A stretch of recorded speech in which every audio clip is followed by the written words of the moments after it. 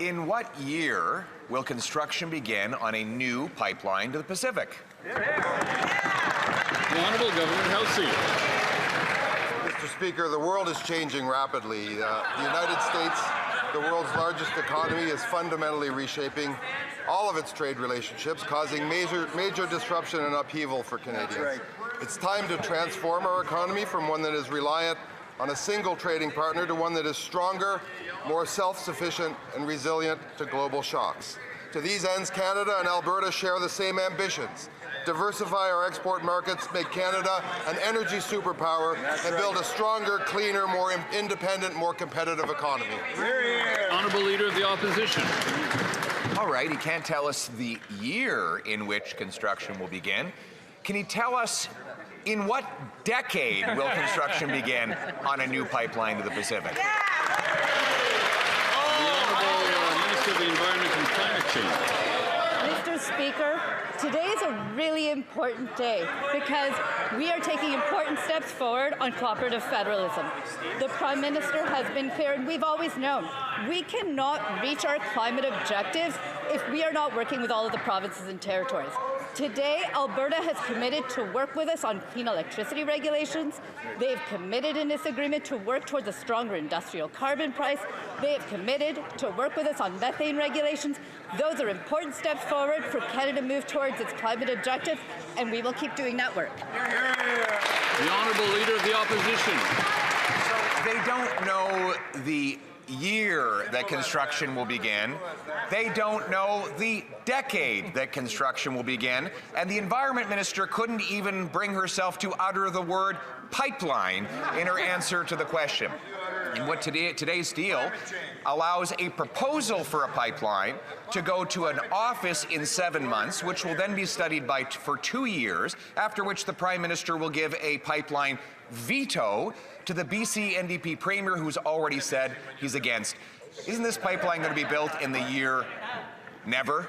The Honourable Governor Halsey. Actually, Mr. Speaker, this is a big, large, great, grand day for Canada.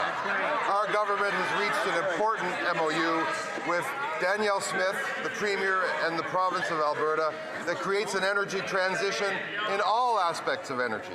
It sets the stage for an industrial transformation.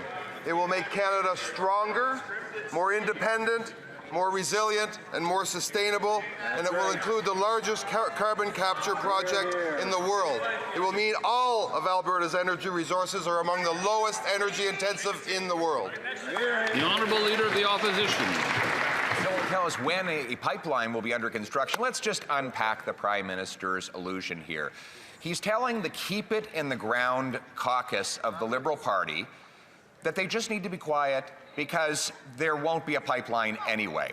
What he will do is delay it for several years until after a prospective election, during which he can dangle a possible pipeline in front of the people, but after which he can hand veto power that is not in the Constitution over to the BC NDP Premier, who will block the thing from ever happening.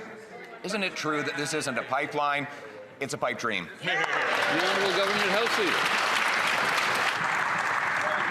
Mr. Speaker, the country, indeed the world, is calling out for serious leadership, for cooperative leadership, for leadership that brings people together and parties together. I don't think this leader has any conception of what is required to do the kind of development that he is proposing. Of course we will consult and deal with the Premier, the duly elected Premier of British Columbia. Of course we will and have a duty to consult with First Nations. Of course we will do this in a cooperative way. We'll do it in the Canadian way, and we'll do it in the right way, Mr. Speaker. The Honourable Leader of the Opposition. Mr. Speaker, they will stand in the way, is what they will do.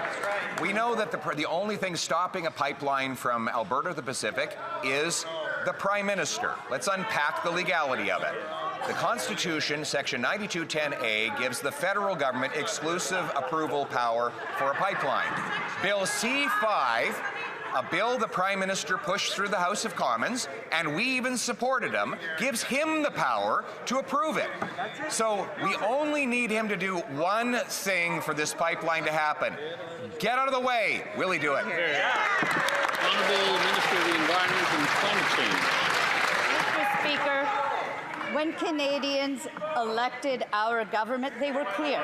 They wanted to see us build a strong Canada, and they wanted to see us build it well and build it together.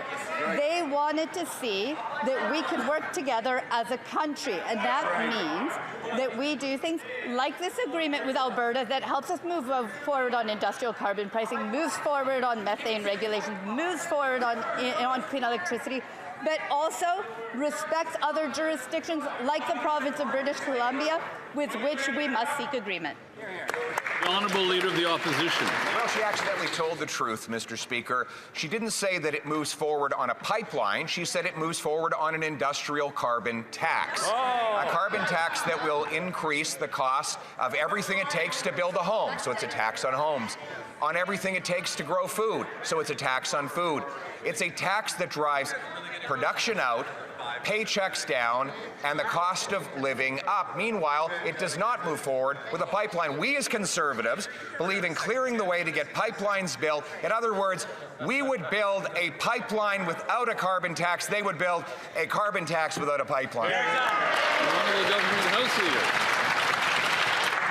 Again, Mr. Speaker, I suspect Canadians are straining to find the Leader of the Opposition credible on any of this.